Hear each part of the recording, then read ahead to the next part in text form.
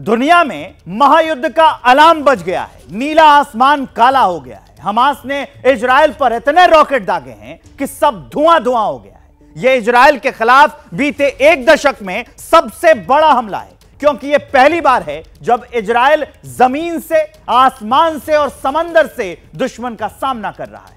और अब इजराइल के सामने युद्ध में जाने के सिवाय दूसरा कोई रास्ता नहीं बचा है, क्योंकि जो लड़ाई हमास ने शुरू की है उसे खत्म करने की कसम इजराइल के प्रधानमंत्री नेतन्याहू ने खा ली है। और दुनिया जानती है कि जब इजराइल कोई ऑपरेशन शुरू करता है वो पूरा करके ही दम लेता है। तो क्या रूस और यूक्रेन से भी भीषण युद्ध छिड़ने वाला है?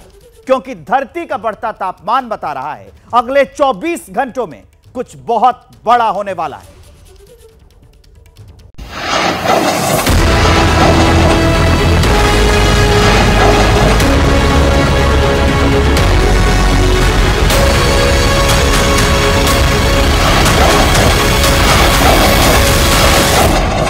आसमान में धुएं का गुबार है, सड़क खून से लाल है, हर तरफ गोलियों की गड़गड़ाहट है। हमास के आतंकी हथियार लेकर आए तो पूरा इजराइल थर्रा उठा।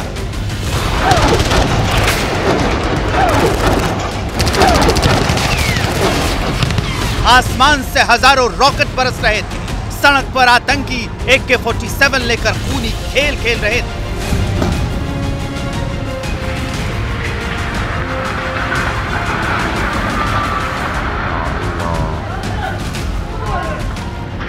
जब इजराइल पर हमला हुआ तो तब वो गहरी नींद में सोया हुआ था, लेकिन तभी चेतावनी का सायरन गूंज उठा।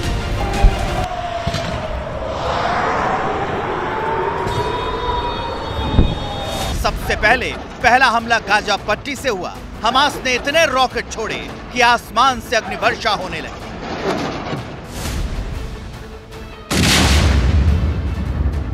जब इजराइल पर हमला शुरू हुआ, शुरू में उसे कुछ समझ में नहीं आया, क्योंकि हमास उस पर इस तरह से हमला कर सकता है, इजराइल को इस बात का जरा भी अंदाजा नहीं था। इजराइल युद्ध में है, ये बात समझने में उसे 2 घंटे लग गए। लेकिन जब हमास के आतंकी हाथ में हथियार लेकर रिहायशी इलाकों की तरफ बढ़ने लगे, इजराइल के प्रधानमंत्री बेंजामिन नेतन्याहू ने युद्ध की घोषणा कर दी। लेकिन बड़ी बात कही वो ये कि युद्ध शुरू हमास ने किया है, लेकिन खत्म इजराइल करेगा।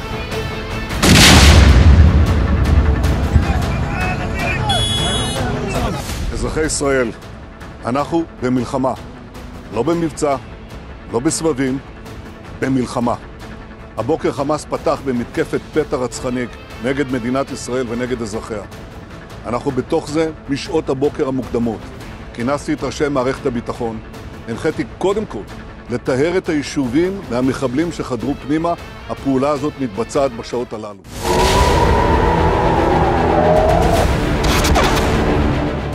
इजराइल के सामने बड़ी चुनौती, उसका दुश्मन उसके घर में घुस आया है और उस पर हर दिशा से हमला कर रहा है।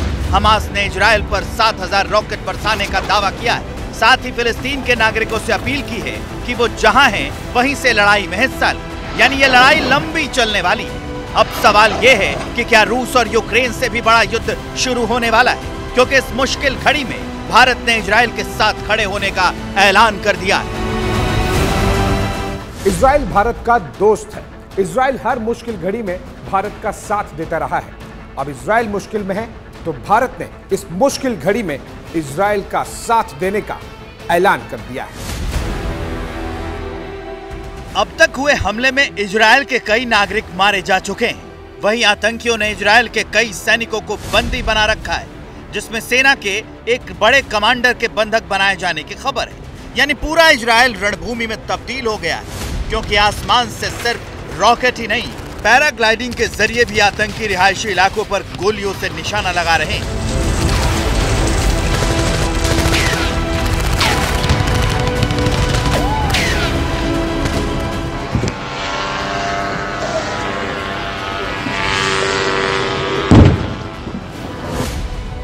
वही एक तस्वीर में आतंकी हथियारों के साथ गाड़ियों में बैठे नजर आ रहे हैं। लोग दहशत में हैं, जो जान बचाने के लिए छुपते फिर रहे हैं। युद्ध के बीच से एक वीडियो सामने आया है जिसमें इजरायली नागरिक एक लोडिंग गाड़ी में छिपे हुए हैं।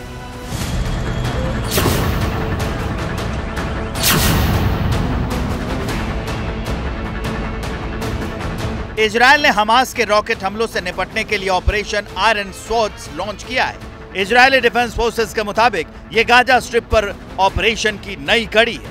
असल में इजरायली मिलिट्री अपने ऑपरेशन का नाम हिब्रू में रखती है, इसके बाद इसे अंग्रेजी में ट्रांसलेट करती है। इन नामों का सिंबॉलिक के साथ राजनीतिक महत्व होता है। इसके साथ दुश्मन के लिए बड़ा संदेश होता है, क्योंकि इजरायल ने जब जब कोई ऑपरेशन शुरू किया है उसे खत्म करके ही दम लिया है। लेकिन बड़ा सवाल यह है कि घर में बैठे दुश्मन को इजरायली आर्मी बाहर निकाल पाएगी, क्योंकि जैसे ही इजरायल ने युद्ध की घोषणा की, इजरायल की सेना मैदान में उतर आई है और चुन चुन कर आतंकियों को अपना निशाना बना रही है। लेकिन इजरायली सेना के सामने मुश्किल ये है कि उसे आतंकियों को अपने घर में खोजना है और फिर उन्हें टारगेट करना है। लेकिन हमास के आतंकियों को जो मिल रहा है उसे निशाना बना रहे हैं।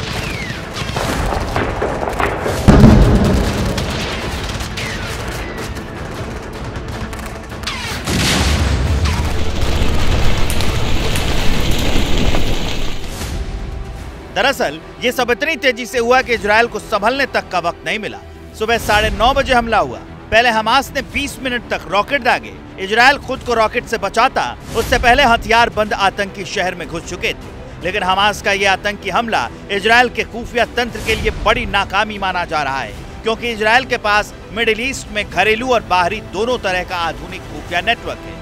इसमें न केवल फिलिस्तीनी इलाकों में बल्कि लेबनान, सीरिया और दूसरे आतंकी समूहों के अंदर तक मुखबिर शामिल है। इतिहास बताता है कि इजरायल ने कभी ड्रोन हमलों से तो कभी मोबाइल फोन से आतंकवादी हमलों को नाकाम किया है। ऐसे में सवाल बड़ा है कि हमास के आतंकी इजरायल के घर में घुस आए और उससे खबर तक नहीं लगी। इसी खुफिया फेलियर का नतीजा है कि हमास के आतंकियों ने इजरायल के कई घरों पर कब्जा जमा लिया है। इजरायल के कई नागरिक मारे जा चुके हैं, सैकड़ों से ज्यादा तो घायल हैं।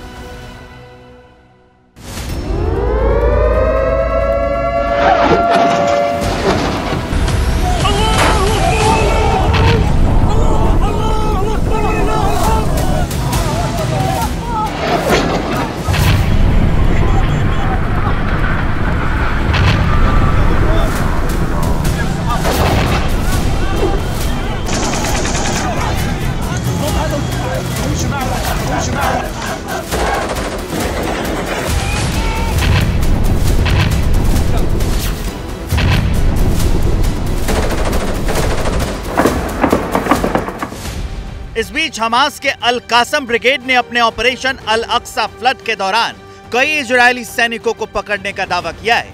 उसने अपने सोशल मीडिया अकाउंट पर ऐसे वीडियो साझा किए हैं जिनमें कहा गया है कि इजरायली सैनिकों को वो जिंदा पकड़कर गाजा ले गया है।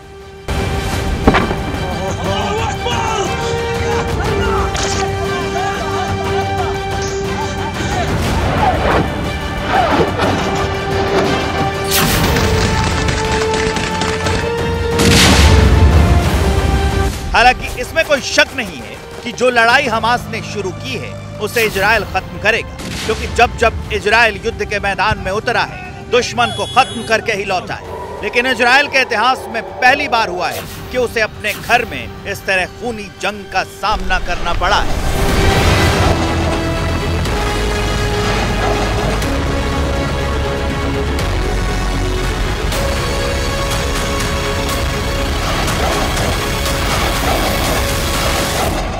जैसे ही घड़ी का काटा दोपहर 2:30 पे आए, बबीता जी का दिल सास बहू साजिश के लिए मचल जाए। और ये है इनकी बहू, पूरे दिन ऑफिस की टेंशन हो जाए गॉन जब ये करें अपना फेवरेट शो फ्री टाइम पे ऑन। इनकी तरह आप भी देखिए अपना फेवरेट शो अपने टाइम पर और डाउनलोड कीजिए एबीपी लाइव ऐप अपने स्मार्ट टीवी पर।